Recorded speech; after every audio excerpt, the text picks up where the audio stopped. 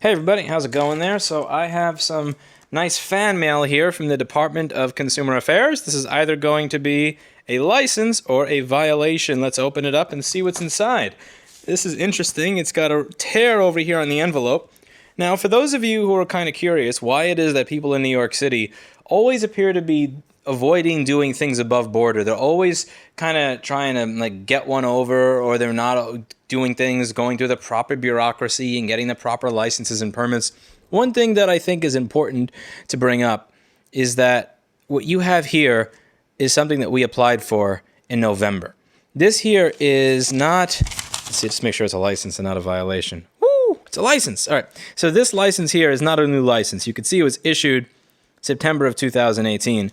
This isn't new. This is something that we were applying for as early as November. One of my employees called the Department of Consumer Affairs back in November, the moment after I signed the lease for the new place. Right after I signed it, I put it down on the desk and I said, please get us some new licenses. And this is something that we had already applied for. The background checks or whatever they run on a business have already been done.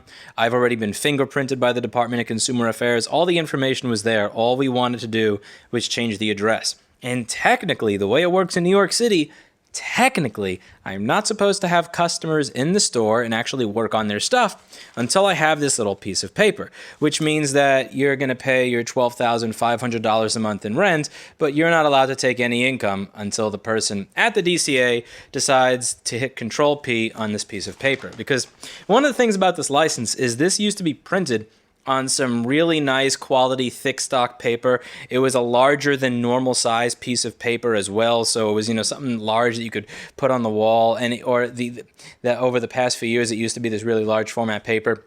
Before then it used to be printed on this thick stock but really official looking yellow paper. This did not take 3 months to print because it's super fancy schmancy. This here is straight up 8.5 by 11 inch cheap ass copier paper that you'd expect to find in the office of your public school. Like this here is what you get for free when Amazon has a Black Friday deal on a printer, and they just automatically add it to your cart. There's nothing about this that takes 3 months. And this is not, as you can see, this is not a new license. This is the same license number that I've been using since 2012. This is the exact same license that I had. To simply have this little thing over here stop saying 141 West 186 First Avenue and start saying 141 West 27th Street, that took 3 months. And to the letter of the law, I'm not allowed to do business in that space that costs $12,500 a month in the city until I get this piece of paper. So what do you think people that are not millionaires are going to do? Do you think they're going to A, give up $20 or $30 or $50 or $70,000 waiting for someone at the Department of Consumer Affairs to hit Control P? Or B, do things a little not the way they're supposed to? So one of the reasons I bring this up is because there's been a lot of good criticism in my comment section of the way that everything in New York City is rink-a-dink. And 99% of the time I agree with you. But there's also been criticisms where they say go figure, someone in New York City trying to do something illegitimately. And one of the problems in the city is that this kind of thing is kind of rampant everywhere in my opinion, in the city government when I look at it, and also in my own lived experience having lived here for 31 years.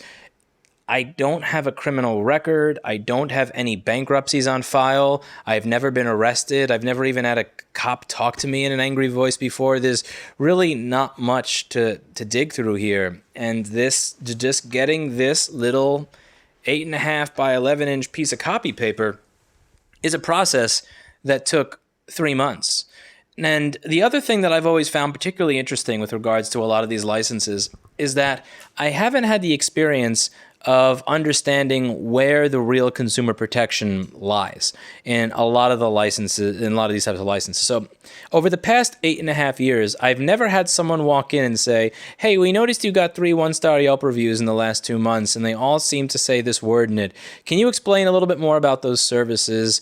Can you explain to me how you perform them? Can you, when the SMC is on, is PP by G3 hot 12.23 or 12.56? They never really really seem to dig in to understand how we do our job or how to differentiate the people who are good techs from bad techs. They're not asking, do you replace the GPU or do you reflow it when a customer gives you $200?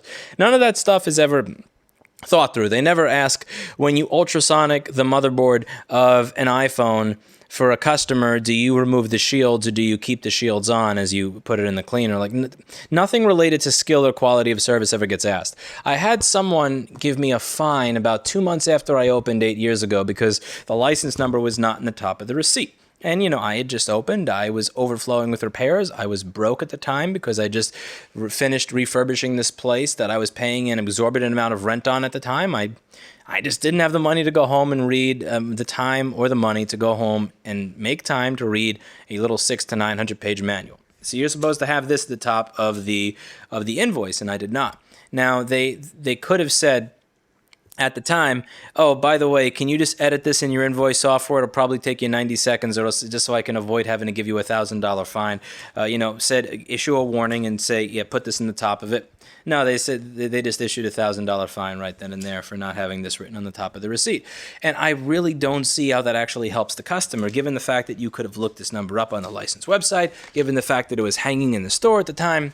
Like, these types of petty things are not the issues that consumers have with independent repair shops. It's, are you using a shit iPhone screen? Are you ultrasonicking the board without removing the shields? After you do a liquid damage repair, do you replace the nasty corroded components, or you just toothbrush and not care if they fall off, causing ripple voltage to go places when the capacitors that stabilize the voltage in that line are not there? Like the things that matter, the things that actually make a genuine difference are never the questions that get asked. It's always this kind of superficial stuff that doesn't really seem to matter. And that's something that has always bothered me. And I remember when I started out, one of the things that I've been saying a lot, and somebody pointed this out in a video I did over 6.5 years ago, actually 7 years ago now, 7 years ago, about Are You a Real Business? Was, Lewis, you said that when you started out, you had $268 in your pocket, but this license cost $350, so explain. And it's like, ha ha! Yeah, right. But the thing is, one of the things I love about this business and this industry is the fact that you can start from nothing and make something for yourself. And if one of the best ways for me to cut down one of my own employees, if they decided that they didn't want to work for a douchebag tyrant anymore, is the moment they start offering competitive services to me, I cut them off at the heels by reporting them to the DCA and saying, they're doing business without this piece, go shut them down. Because if it takes 3 months to get this, when you don't have to do a background check, when you don't need to get my fingerprints, when all that's already on file, if it takes 3 months to do that just because you need to retype a new address and hit Control-P, can you imagine how long it's going to take for a new person?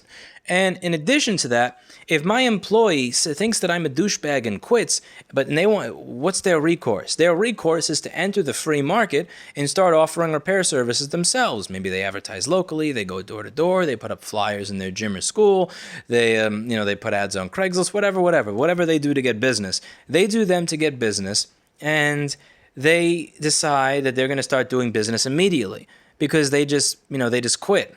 They can't. Their landlord is not going to wait 3 months for them to get this little piece of paper.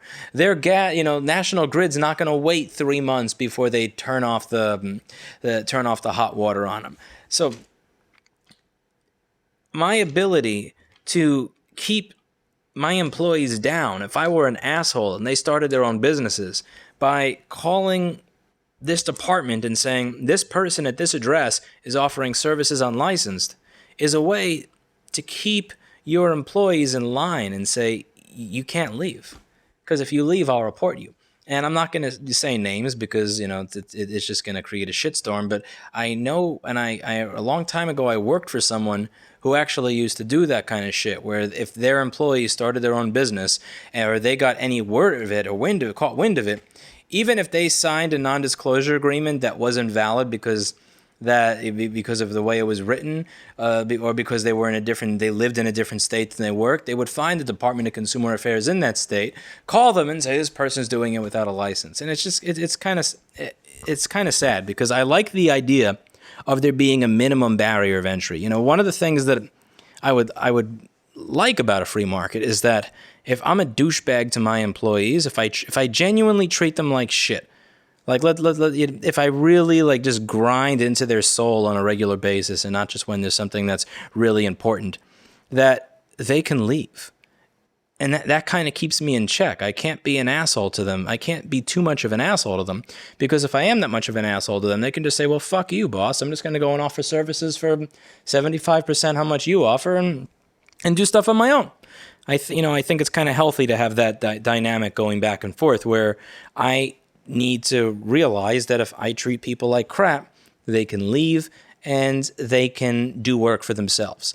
But if it takes 3 to 6 months for the bureaucracy to give them a little piece of paper that allows them to do that, that keeps them from doing that, because many workers in this country don't have 3 months of rent, gas bill, electric, food saved up in their bank account. So if I'm paying my employees just enough to get by, not enough so that they can have 2 or 3 months in savings, they're kind of stuck with me, because if they go out on their own, if I'm a real prick, I'm just going to call and say, yeah, I know they don't got this thing because it takes 3 to 6 months to print out. So which is why it kind of pisses me off when it takes 3 to 6 months to get something like this. It's not simply because it affects me, because it does affect me, but it's because it would affect people who started where I was a long time ago, when I didn't have 3 months of rent income. I still remember when I moved out for the first time, and it was $400 a month to live in this termite-infested apartment. And at that point in time, $400 a month, it's going to sound stupid to all of you, because this was only 12 years ago. But that was like a gold mine for me. I mean, even once I had finally saved up $400, I thought to myself, all right, I got $400. Crap, I got to pay that again next month. Oh my God, what am I going to do? It kind of messes me up realizing that I used to be there, knowing people who were there, and above all, knowing that there were employers out there that were just waiting for their employees to start offering services on their own so that they could report them for it. And it pisses BlackBerry off too. She's so cute. BlackBerry, be nice to my license. Don't step on the license, girl. It's going to break. This is the cheapest paper. Anyway, see you all in the next video. I'm going to go hang my license up tomorrow. But for now, I got to play with my kitty. If I spend too much time looking at my phone, she'll remind me. Here, girl. Come here, baby. Psst, psst, psst. All right. See y'all later.